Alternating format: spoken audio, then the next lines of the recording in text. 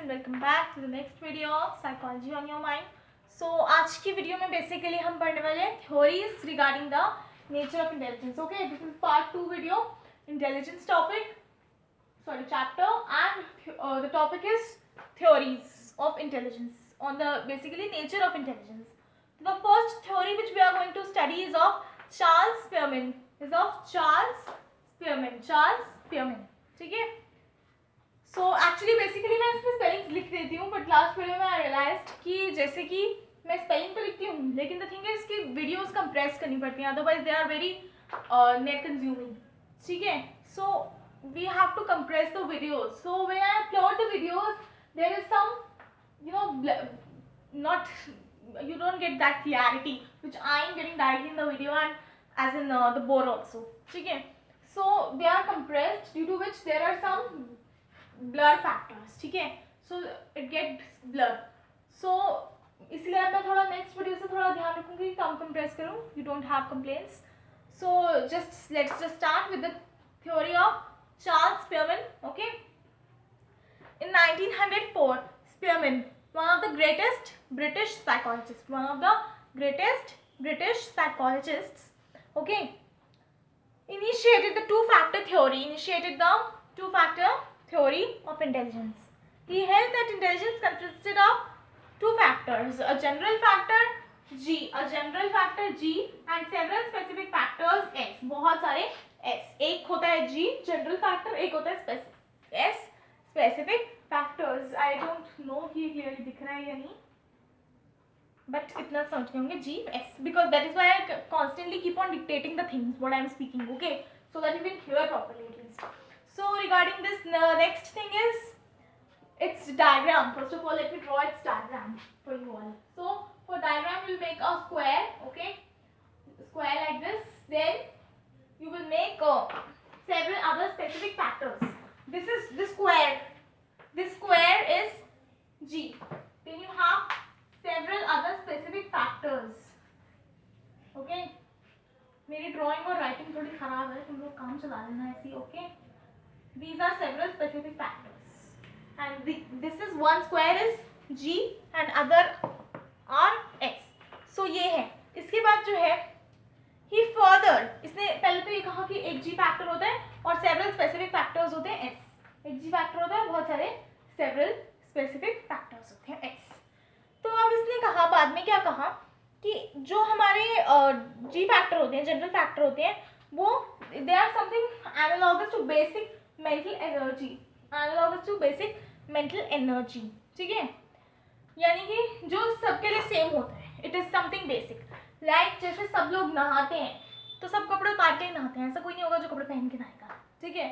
सो जो लोग कपड़े धोते हैं वो कपड़े उतार के ही धोते हैं, ऐसे ही कपड़े पहन ही धोते हैं. हाँ. So this is G general fact. सब ऐसे ही करते हैं. अब सेवरल स्पेसिफिक फैक्टर्स में आपका हो गया म्यूजिक. ठीक है, वो कॉमन फैक्टर्स हो गया. ठीक है. डांसिंग. उसके बाद आपका आ गया स्पोर्ट्स. ठीक है. स्पोर्ट्स आपका हर किसी में नहीं होता है. और भी बहुत सारे वो हो गए. सिंगिंग. ठीक है. सिंगिंग भी सब में इक्वल हो, सबको उतनी आती हो, ऐसा पॉसिबल नहीं है, है ना. So general factor is something basic and analogous to basic mental energy. It is something like that. And then he observed that a person does not achieve equally well in all types of tasks. जैसे कि music, dancing, sports, singing, इन सब में हर कोई, या cooking कह सकते हो आप. ठीक है ना. कुछ लोग तो बहुत ही अच्छी कुकिंग करते हैं, बहुत ही अच्छा खाना बनाते हैं, और कुछ लोगों से बिल्कुल खाना नहीं बनाया जाता, कुछ लोगों को बिल्कुल खाना बनाना नहीं आ पाता है. ठीक है. Cooking. Okay, I hope it is visible. So he thought that each kind of task requires specific intellectual ability. Her task को एक specific intellectual ability कहा जाता है, जो उसने टर्म कर दिया S. ठीक है. These were called specific factors S. ठीक है. So with this we have completed the theory of Charles Spearman. With this we have completed the theory of Charles Spearman. Okay. So ये हो गया आपके general factors, specific factors. So इससे हमारी ये Charles Spearman की theory खत्म हो गई. So now the next theory we have is of Thurston. Thurston की थ्योरी है प्राइमरी मेंटल एबिलिटीज या थ्रस्टोन्स मल्टी फैक्टर थ्योरी, ठीक है, थ्रस्टोन्स मल्टी फैक्टर थ्योरी भी इसको कहा जाता है। It is also known as Thurstone's multi factor theory of intelligence और primary mental ability of by Thurstone. Thurstone did several factor analytic studies, ठीक है, बहुत सारे एनालिटिक स्टडीज करी थी थ्रस्टोन ने, ठीक है। The result of these brought light into the fact that intelligence is composed of specific abilities. Thurstone ने जो रिसर्च करी उसको भी उसी से यही पता चला कि उसमें भी बहुत सारी स्पेसिफिक एबिलिटीज रिक्वायर्ड होती हैं, जैसे कि हमने लास्ट थ्योरी में पढ़ा। उसके बाद उसको ये पता चल गया कि बहुत सारी स्पेसिफिक एबिलिटीज होती हैं जिनको हम प्राइमरी मेंटल एबिलिटीज बोलते हैं। And Spearman's general ability is subdivided into Spearman's general ability is subdivided into several abilities, 7 of which have been identified। तो स्पीयरमैन की जनरल एबिलिटी को, जैसे कि वो थ्योरी थी उसमें वो डायग्राम आपको याद होगा जो बीच में जो जनरल था स्क्वायर, फर्स्ट स्क्वायर, उसमें क्या था जनरल फैक्टर। तो उन जनरल फैक्टर्स को उसने डिवाइड करा, सब डिवाइड करा कुछ कंपोनेंट्स में, ठीक है, 7 of which have been identified till yet, okay। So the first one is verbal compensation। ये जनरल फैक्टर्स हैं, जनरल कंपोनेंट्स हैं, ठीक है। म्यूजिक डांसिंग तो स्पेसिफिक हो गया क्योंकि कुछ लोगों में होते हैं कुछ में नहीं होते। अगर आप जनरल की बात करो तो जनरल में हमारे first one is verbal compensation. Verbal compensation में कि आप वर्बली किस तरीके से कम्युनिकेट कर रहे हो, अपनी बात को किस तरीके से दूसरे को समझा रहे हो, दूसरा किस तरीके से आपकी बात को ले रहा है, वो आपका पूरा वर्बल कंपनसेशन में आ गया। फिर the next one is word fluency. Now we talk about the word fluency. What about word fluency? किस तरीके के वर्ड्स आप यूज कर रहे हो और कितना फ्लुएंटली आप वर्ड्स को बोल पा रहे हो, दैट इज वर्ड फ्लुएंसी।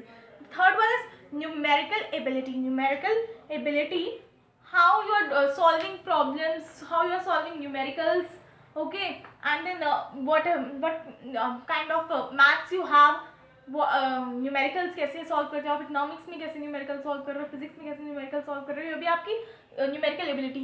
या plus minus, simple basic maths चलो तो high level algebra and all are of high level, but simple basic maths आप कैसे कर रहे हो, that is also numerical ability. Then this one is, next one is memory. This is I think fourth one, yeah, memory. How you are what you are learning and what you are retaining, that comes in memory. Then the spatial perception. Spatial perception basically refers to what, like you get some things and you know कि इतने area में ये adjust हो जाएगा, इतने area में आप इसको एडजस्ट कर सकते हो, डाल सकते हो। So that is spatial perception, कि स्पेशल परसेप्शन आप कर लो कि so people who are good, की स्पेस रीडिंग करना कि इतना एरिया में ये सामान आ पाएगा, हमारा इतना सामान यहाँ एडजस्ट हो जाएगा, उतना सामान यहाँ एडजस्ट हो जाएगा। गुड मैनेजमेंट स्किल्स कह सकते हैं एक तरह से। तो people who are good at it are good at chess, good at games like chess and pasa, ludos and all, okay। Then you have perceptual field, how you perceive things as an individual, okay। Then you have reasoning, how much you are able to do reasoning, logics, finding logics behind things and reasoning the things, giving reason to the things whatever has happened, okay। So ये आपके इसके part हो गए। अब next one आपकी जो next theory है वो आपकी है फ्लूइड एंड क्रिस्टलाइज्ड इंटेलिजेंस की, फ्लूइड एंड क्रिस्टलाइज्ड इंटेलिजेंस की, ठीक है, बाय रेमंड कटेल। जैसे कि मैं पहले भी बता चुकी हूँ, कटेल, इट्स कटेल, नॉट कैटल, घास चढ़ाने वाला नहीं है वो, it's Cattell, CATTELL, Raymond Cattell, okay. Pronounce it like good English medium students ना, Cattell, IAC students that too. In 1971 Cattell held that there are 2G factors, ठीक है, हमारे 2G फैक्टर्स होते हैं। उसने ये बताया कि हमारे G फैक्टर्स होते हैं दो, एक होता है GC, I hope it is visible, and एक होता है GC and GF, okay। So one is GC and one is GF, 2G factors are there। The GF is fluid intelligence, ठीक है, 2G factors are there, one is GC, one is GF। The GF, first of all they are talking about GF, okay। GF is fluid intelligence, it is strongly influenced by heredity, it is strongly influenced by heredity, okay। it is strongly influenced by heredity, यानी कि fluid से ही समझ में आ रहा है, blood से transfer होते होते आ रही है हेरिडिटी में, ठीक है, from parents to offsprings to through blood, okay. It induces the ability to think creatively. Parents creative होंगे तो बच्चे क्रिएटिव होंगे, पेरेंट्स क्रिएटिव होंगे तो बच्चे क्रिएटिव होंगे, पेरेंट्स क्रिएटिव नहीं होंगे तो बच्चे क्रिएटिव नहीं होंगे। तो फ्लूइड इंटेलिजेंस में ये डिटरमाइन होता है कि कोई बच्चा कितना क्रिएटिव है। टू रीजन एब्स्ट्रैक्टली, हम किस तरीके से रीजन कर रहे हैं थिंग्स को, हम किस तरीके से थिंग्स को रीजन कर रहे हैं, वो भी हमारे को इसी से पता चलता है, फ्लूइड इंटेलिजेंस से, ठीक है। उसके बाद आपका नेक्स्ट पार्ट आ जाता है, इसमें एक चीज और होती है, हाँ, to understand relationship between variables, scores and objects. To understand the relationship between variables, scores and objects में कैसे हम रिलेशनशिप फाइंड आउट कर रहे हैं वेरिएबल्स में, ठीक है। जैसे कभी कभी हम मीम को रिलेट कर लेते हैं, हमें वो याद रहती है, तो हम उसको किस तरीके से रिलेट कर पा रहे हैं कि वो हमें याद रह जाए। Now next is GC। GC की अगर हम बात करें तो GC is crystallised intelligence. GC is crystallised intelligence. It is strongly influenced by environment. It is strongly influenced by environment, ठीक है। जो हमारा एनवायरनमेंट होता है उससे इन्फ्लुएंस होती है ये strongly. And the GC is also the thing which determines what a person learns and retain। इंसान क्या याद करेगा और क्या रिटेन करेगा ये भी उससे ही डिटरमाइन होता है, ठीक है। अगर कोई बच्चा बहुत ज़्यादा इंटेलिजेंट बच्चों के साथ बैठने लगेगा, एनवायरमेंट उसका वैसा हो जाएगा, तो वो भी दिमाग का उसका भी तेज चलने लगेगा, वो भी सोचेगा मैं होमवर्क करके ले आऊँ, अभी कर लूँ, स्कूल में ही कर लूँ, घर में जाकर फ्री रहूँगा, ऐसे ही सोचेगा। और अगर कोई बच्चा डफर बच्चों के साथ बैठेगा, अभी मैं खेल लेता हूँ, घर जाकर कर लूँगा, घर पे अभी मैं खेल लेता हूँ, अभी मैं कर लेता हूँ, अभी वो कर लेता हूँ, ऐसे ही इन्वॉल्व होकर वो डफर बनता चला जाएगा और भी ज़्यादा, ठीक है। So this was the fluid crystallised intelligence की थ्योरी। अब इसमें एक चीज़ और बतानी है, जैसे मैंने आपको 2G फैक्टर बता दिए, GC और GF बता दिए। अब इनका एक चीज़ बहुत इंपॉर्टेंट है जो मैं नोट्स में भी मेंशन करना भूल गई हूँ। जिन लोगों ने मेरे इंटेलिजेंस के नोट्स बाय करे, बहुत सारे बच्चों ने करे, सो मैं बता दूँ उनको कि इसमें एक लाइन रह गई है, you can add it up with time GC increases, okay, sorry, हाँ, increases। मैं पहले एक्सप्लेन कर देती हूँ, उसके बाद you can add up the line on your own also। GC, when we are born, when we are small kids, तो हमारी GC क्या होती है, कम होती है, ठीक है, it is very less, बहुत लो होती है। और GF जो हमारी फ्लूइड इंटेलिजेंस होती है वो हाई होती है when we are born, ठीक है, वो हाई होती है। GC with time, जैसे जैसे हमारी एज बढ़ती जाती है वैसे वैसे हमारा GC बढ़ता जाता है, क्रिस्टलाइज्ड इंटेलिजेंस बढ़ती चली जाती है।